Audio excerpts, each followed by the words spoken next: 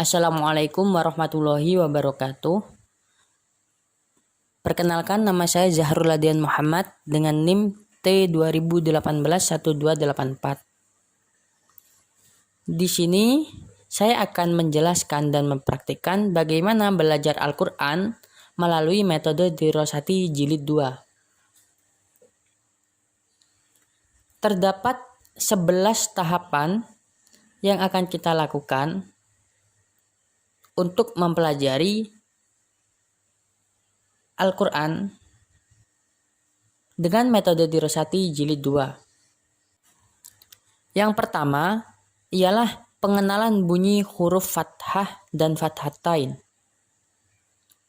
Di sini kita jelaskan bahwa coretan satu di atas ditandai dengan bunyi A merupakan harokat fathah, sedangkan dua coretan di atas huruf merupakan harokat fathatain. Contohnya A, an, ba, ban, dan seterusnya. Tahap yang kedua, pengenalan bunyi harokat kasroh. Kita jelaskan bahwa satu coretan di bawah huruf merupakan harokat kasroh yang ditandai dengan bunyi huruf I. Kita bandingkan dengan harokat fathah supaya santri bisa mengetahui perbedaan fathah dan kasroh. Contohnya A, I, babi, tati, dan seterusnya.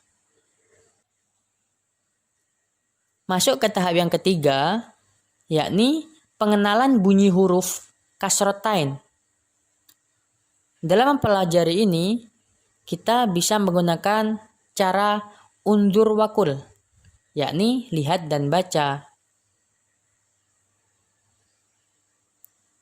Contohnya, kita lihat pada harokat kasroh. Ada satu coretan di bawah. Sedangkan kasrotain ada dua coretan di bawah. Contohnya iin, bibin, dan seterusnya. Kemudian tahap yang keempat, yakni pengenalan bunyi huruf harokat dhammah.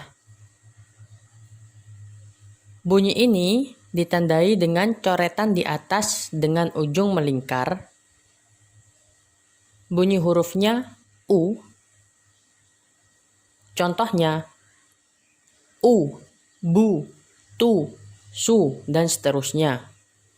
Jika divariasi dengan fathah, au, babu, tatu, sasu, dan seterusnya. Tahap yang kelima ialah pengenalan bunyi huruf dhammatain. Untuk rincian penjelasan mengenai bunyi huruf dhammatain sama dengan kasrotain, akan tetapi bunyinya itu berbeda. Un, bun, tun, dan seterusnya. Tahap yang keenam ialah pengenalan fathah diikuti alif dengan memanjangkan satu alif atau dua harokat. Contoh pada huruf ta. Jika bacaan biasa, ta, ketika diikuti alif, ta, ta, ta, dan seterusnya. Tahap yang ketujuh ialah pengenalan fathah panjang atau berdiri. Secara bacaan, panjangnya sama dengan tahap keenam, yakni ketika fathah diikuti huruf alif. Contohnya, kafa sama dengan kafa, dan seterusnya.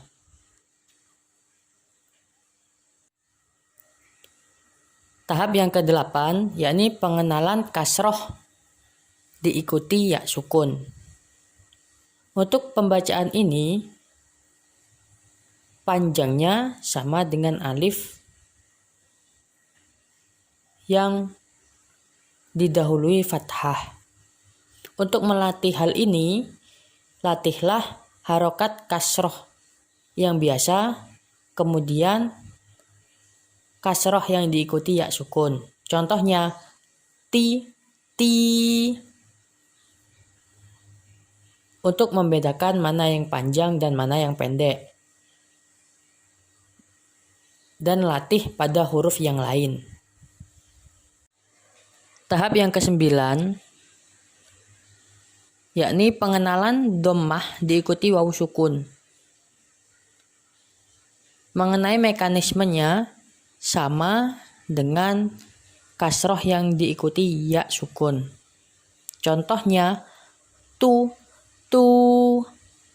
dan seterusnya. Tahap yang ke-10, yakni pengenalan kasroh panjang, kasroh berdiri, dan dhammah panjang, dhammah yang terbalik.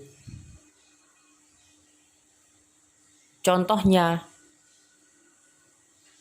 ti, tu, dan seterusnya. Panjangnya sama ketika kasroh bertemu atau diikuti ya sukun dan dhammah diikuti wawu sukun. Tahap nomor 11 atau tahap yang terakhir, yakni pengenalan wawu sukun yang didahului dhammah dan diikuti alif. Secara bacaan tidak berbeda ketika dhammah diikuti wawu sukun yang tidak ada alifnya. Demikian penjelasan dan sedikit contoh praktik dari metode dirosati jilid 2. Wassalamualaikum warahmatullahi wabarakatuh.